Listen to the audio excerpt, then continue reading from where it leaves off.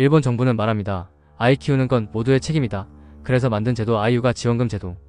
회사원, 자영업자, 고소득자, 저소득자, 결혼했든 안 했든 아이가 있든 없든 모든 국민에게 돈을 걷습니다.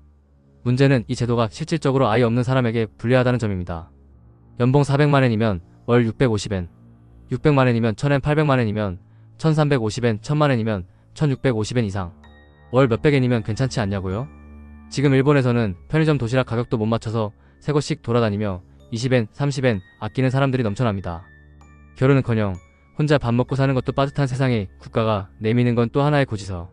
그러니 사람들은 말합니다. 이건 지원이 아니라 수탈이다. 게다가 정부는 말만 번지르르 합니다. 아이 낳게 하겠다고 성교육 강화, 연애 앱 안전성 검토, 만남의 기회 확대? 지금 이걸 보고 있는 한국의 여러분, 한번 생각해보세요. 일본의 진짜 저출산 원인은 사랑이 부족해서가 아니라 돈이 없어서입니다. 30년 넘게 실질임금은 그대로 인체, 물가만 오르고 세금만 늘고 비정규직은 늘고 정규직은 줄고 미래는 안 보입니다. 청년들은 결혼을 꿈꾸지 않습니다. 아이를 낳는 건 더더욱 불가능합니다. 그리고 그런 이들에게 정부는 말합니다. 당신들도 육아에 돈 내세요. 이건 분담이 아니라 처벌입니다. 그래서 일본 국민들 사이에선 이 정책이 사회 붕괴 가속 스위치가 될 거란 말까지 나옵니다. 가장 무서운 건 이런 정책이 국민들의 마음을 꺾는다는 겁니다. 아, 나 결혼해도 안 될 것 같다. 나 그냥 혼자 살아야겠다. 이런 체념이 늘어납니다. 출산율은 1.15이고 출생아 수는 70만 명 아래. 이 수치는 숫자가 아니라 희망이 사라진 정도입니다. 정부는 책임을 개인에게 돌리고 국민은 서로를 원망하게 됩니다. 게다가 이 정책이 나왔다는 건 앞으로 더 많은 세금과 더 많은 고지서가 당신 앞에 올 수 있다는 경고이기도 합니다. 일본은 지금 그런 길로 가고 있습니다. 문제는 이뿐만이 아닙니다. 이 제도의 뿌리를 들여다보면 일본 사회의 수탈 구조가 보입니다. 30년간 실질임금은 정체했습니다. 대기업은 이익만 쌓고 고용은 비정규직 위주로 바뀌었으며 정부는 소비세를 올리며 국민 부담을 키웠습니다.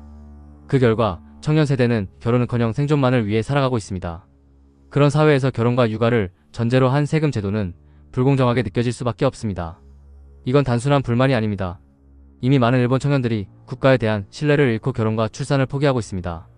정부는 당연히 결혼해야지라는 과거의 가치를 지금도 전제로 하고 있지만 현실은 이미 완전히 달라졌습니다.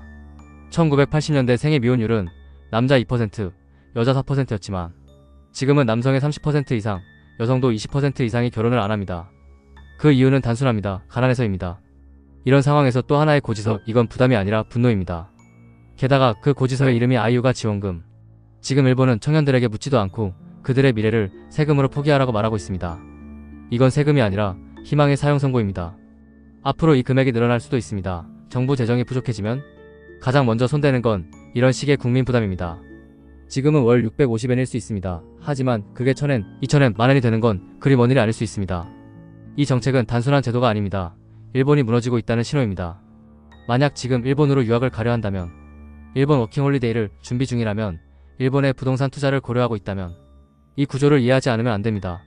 지금의 일본은 생활비, 세금, 저출산, 저임금, 고령화 모든 문제가 하나의 고리로 묶여 있습니다. 그 고리의 정점에서 나온 정책이 바로 이 독신세입니다. 단지 아이를 낳게 하려는 정책이 아닙니다. 정부가 국민에게 책임을 떠넘기고 국민 사이의 갈등을 유발하고 미래를 포기하게 만드는 구조적인 문제입니다. 지금 일본 사회가 어떤 방향으로 가고 있는지 그 흐름을 정확히 읽어야 일본에서 살아도 투자해도 준비를 해도 실패하지 않을 수 있습니다. 도쿄스토리는 앞으로도 일본의 진짜 현실을 알려드릴 겁니다. 구독, 좋아요, 알림 설정으로 함께 지켜봐주세요. 감사합니다.